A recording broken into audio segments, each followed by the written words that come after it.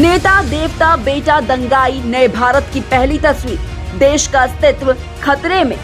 गरीब सर पर पट्टी या कफन बांधकर धार्मिक यात्राओं के नाम पर सड़कों पर भड़काऊ नारे लगाते और भड़काऊ गाने बजाते हैं। पिछले 10 साल में चेतन या नफरत की इस बीमारी ने महामारी का रूप ले लिया है। घटनाएं चाहे मणिपुर की हो या बरेली से लेकर गुरुग्राम की, इस चेतन वाली बीमारी ने सबको अपनी चपेट में ले लिया है। कल मणिपुर जल रहा था, आज ये आग धीरे धीरे पूरे देश में फैल रही है। आखिर कौन है इसका जिम्मेदार? आखिर किसने बनाया देश के युवाओं को ज़ोंबी? किसने ये नारे दिए? देश में रहना होगा, मोदी योगी कहना होगा, देश के गद्दारों को गोली मारो सालों को। कई नारे तो ऐसे भी हैं जो हम कह भी नहीं सकते। देश में नफरती नारे किसने दिए ये हम सब जानते हैं। यही वो लाइनें हैं, यही वो नारे हैं जिस पर आज देश के नौजवान चल पड़े हैं। बरेली से लेकर गुरुग्राम और धीरे धीरे पूरा देश जिसका शिकार चेतन भी हुआ। आज जब मीडिया के एक तबके को ज़ोंबी कहते सुना तो बड़ा अजीब सा लगा। रवीश कुमार ने अंबानी के गोदी एंकर अमन चोपड़ा का नाम लेकर लताड़ लगाई। धर्म के नाम पर नफरत फैलाने वाले खुलेआम विवाद की बात करते हुए, नारे लगाते हुए देखे जा सकते हैं। वो चाहते हैं कि आप अपने परेशानियों को, अपने बच्चों को और अपने परिवारों को छोड़कर उनका भरण पोषण करें। धर्म के नाम पर आप लड़े और दूसरों को मारे, तभी वो जीवित रह सकते हैं। मीडिया ने लगातार नफरती सोच को बढ़ावा देते हुए मासूम लोगों को ये समझा दिया है कि धर्म के नाम पर युद्ध चल रहा है और इसकी रफ्तार किसी रॉकेट जैसी है। गोदी मीडिया ने उस रॉकेट की रफ्तार से आपको भी धर्म के उसी युद्ध में लड़ने की घुट्टी पिलाती और नफरत की रफ्तार को इतना तेज कर दिया है कि अगर आप साथ नहीं दौड़े तो आपका अंजाम क्या होगा, अपने आसपास के किसी सेकुलर सोच वाले को ही देख लीजिए। आज देश में नफरत का बाजार इतना गर्म है कि सुनकर आपके रोंगटे भी खड़े हो जाएंगे।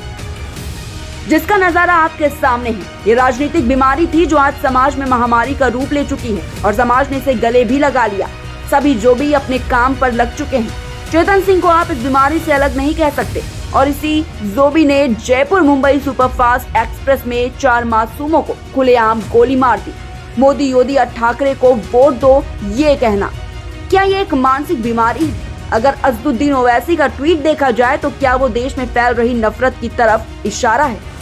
तो वह इस बीमारी ने देश में महामारी का रूप ले लिया है। बसपा नेता दानिश ने भी इस पर कड़ी प्रतिक्रिया दी है।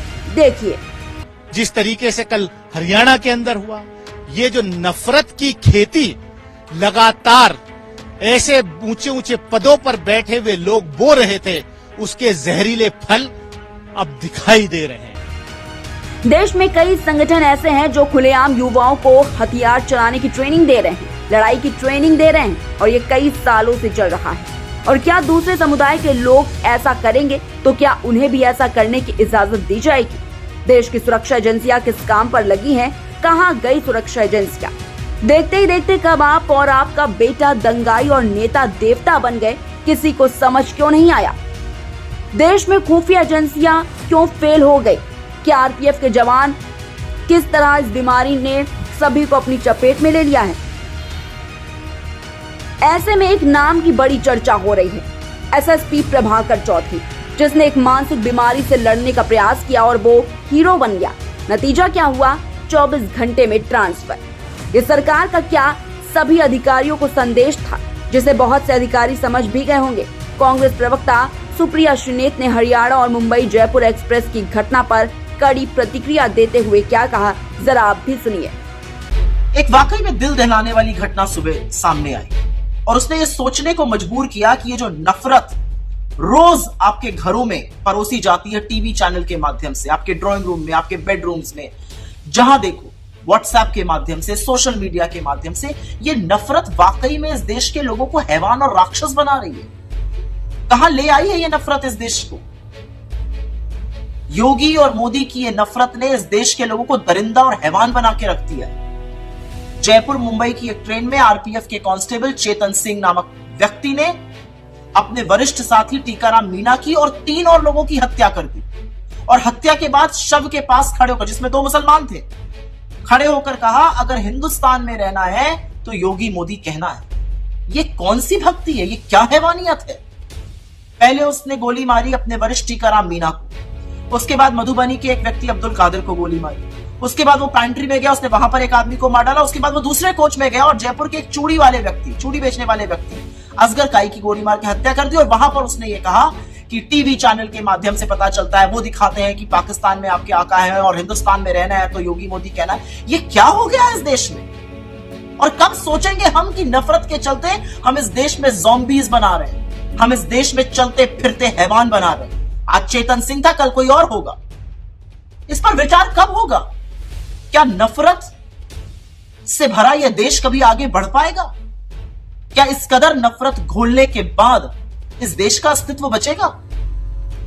आज सवाल सबके सामने यह है कि यह सिर्फ चेतन सिंह की बात नहीं है, या टीकाराम मीणा की बात नहीं है, या असगर काई या अब्दुल कादिर की बात नहीं है। यह बात है कि अगर संभवतः इन लोगों की लड़ाई जो थी वो कुछ समुदाय को लेकर हुई, तो अगर मैं आपके लीडर को नहीं मानूंगा और अगर मैं योगी की तारीफ नहीं करूंगा या मोदी की बुराई कर दूंगा, तो आप मुझे गोली से उड़ा दीजिएगा।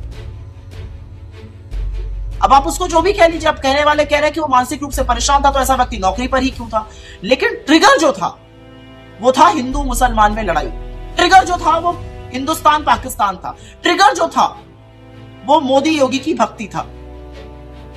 अपने देश के लोगों को मारने वाले लोग हैवान होते हैं, और इस देश में हैवानियत और दरिंदगी भरने का काम मोदी जी और योगी जी आप कर रहे हैं। और अपने मीडिया के साथियों से कहूंगी, आपके हाथ खून से सने हुए हैं, क्योंकि उस कत्लेआम में आप भी उतने ही शामिल हैं। ये जो रोज नफरत का बाजार लगाते हैं, याद रखिए ये लोगों की जान ले रहा है। अपनी टीआरपी के लिए जो आपस में लोगों को लड़वाते हैं, वो किसी का घर तबाह कर रहा है। कब सोचिएगा इसके बारे में।